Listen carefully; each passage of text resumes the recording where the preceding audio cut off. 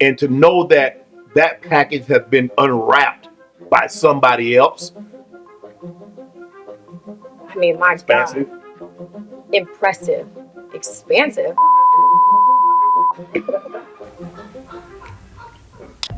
Whew. Oh, Lord.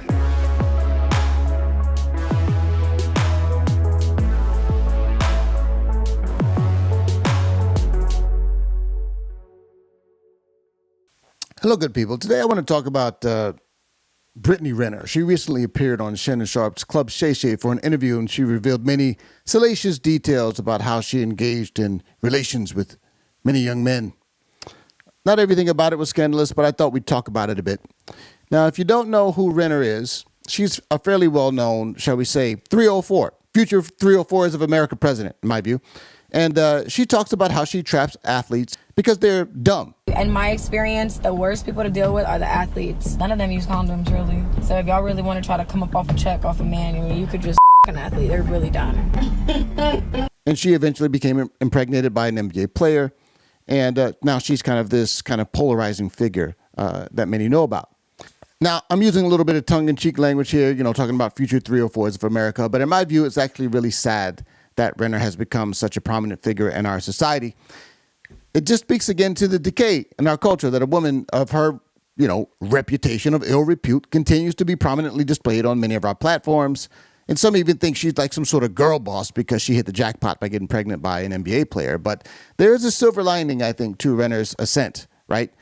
I think there's something that she should have learned, or maybe she could have learned from all of her, let's say, interactions with professional athletes. And it turns out that there are actually many parallels between the career arc of a professional athlete and that of a young woman with aspirations of securing love over the long term. So, here's something to think about. We've all heard these stories of professional athletes who earn millions of dollars over their career, only to retire and then be almost dead broke just a few years removed from the last time they played. And the reason is simple. It's because they lack discipline, they lack foresight, they didn't delay gratification. Given their career cycle, they act like they were going to play till like they're in their 40s and 50s, when really you're lucky to play into your mid to late 30s. And eventually you come to see them doing kind of these sad things where now they're, selling their championship ring for money or doing autograph signings for $25 a pop. I mean, this really just is an indication that they effectively have no future prospects. But this phenomenon is something that young women should pay attention to, because Brittany Renner is basically the equivalent of that athlete. She's running around wasting time debasing herself by sleeping with many men, thinking that she can settle down later, but it doesn't actually work that way. You can actually spend your youth preparing yourself to be the kind of woman that a man wants to basically wife, or you can run for, president of the future 304s of America Club, but you can't do both. And, when you have all these, people salivating over your IG saying that, look at the yams, right? That's not going to matter when you're 50. If, like the professional athlete who never invests or curbs his spending or appetites, your only means of production is what you can do with your body, every day you're getting closer to being replaced by your younger competitors. Long-term building requires discipline, character, and foresight, many things that are painfully absent from the minds of women like Renner and this new generation. So if you're a young woman, here's what you really want to do. You want to secure the bag, as we say, and become a franchise player. And a franchise player is simply this: a player that an organization builds their entire plans around, right? Their entire organization, from who they hire as a coach to their teammates, to their style and philosophy of play, everything revolves around this player. And when an organization decides to make that sort of investment in you, they have to be all in. And that means you have to be the kind of player that making this investment in is basically inevitable to be successful, as long as they give you what you need. But you can't just be good on the court, right? You have to be the sort of player who's a force multiplier, a high character person.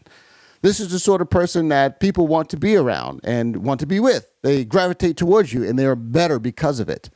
Think of players like Tom Brady or Steph Curry. These are athletes that are proven to deliver when they have the proper support, because they are great both on and off the court, and they stabilize the entire organization. As a woman, as a young woman in your prime, you have to be the kind of person that a man will franchise. He will have to invest in you so much, and that you have to be the sort of person that he can trust to build his life around. And yes, that's exactly what he's doing. Men who actually invest in women like this are building their life around you, because he knows that if he gives you what you need, then you all are going to be successful together. He has to trust that you will be a force multiplier and that you will amplify the potential of his children, that you'll be a source of stability and wisdom. And most of all, he has to trust that you're not going to embarrass him by sleeping with other men. I mean, women like Brittany Renner and Corinne Steffens before her, who was the original prototype, are the antithesis of this. The quickest way to show a man that you cannot be trusted and that you don't have the character necessary to be franchised is to get passed around by prominent men thinking that that is elevating your status when you're actually debasing yourself. If he found you because of your, pics on IG where you got the yams out, he's almost instantly likely to realize that you are not really a franchise player, i.e. wifey material. And if he does think that that's who you are, despite the 304 persona, then that just means he's not the kind of man that you should franchise either. But I guess you'd have to be a franchise player to recognize one, game, recognize game, as they say. But Renner, having destroyed the majority of her prospects to secure the bag, she's doing the equivalent of selling her championship ring for money by scandalizing herself in a tell-all book. It's kind of sad and pathetic, to be quite frank. You know for a fact that she would never be doing this if she were on the verge of or had already secured a meaningful relationship that could mean she would be franchised from now to the end of time. Because there are no such prospects, she's trying to salvage the dishonorable things she's done and trying to stretch out its value by debasing herself further.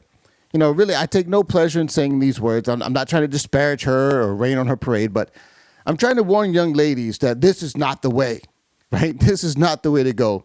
Even if you started down that road, there is time to turn, but you must turn around now. Running for president of 304s of America is not the move. Women like Brittany Renner and this new generation of my body count shouldn't matter women are not only non-franchised players, but they seem to take pride in the fact that they are routinely signed to brief 10-day contracts and quickly dismissed and traded with the frequency of something that you would see on the New York Stock Exchange. Women who secure the bag grow richer and richer over time because they have discretion and self-control. They don't throw themselves at prominent men to be quickly smashed past and discarded like something that has no value. I don't want to go into details of how many people you've been with is different for men and for women. I will say this, though it is wrong for both men and women to be promiscuous, it does say something fundamentally different about a woman when she has a long list of bodies in her wake.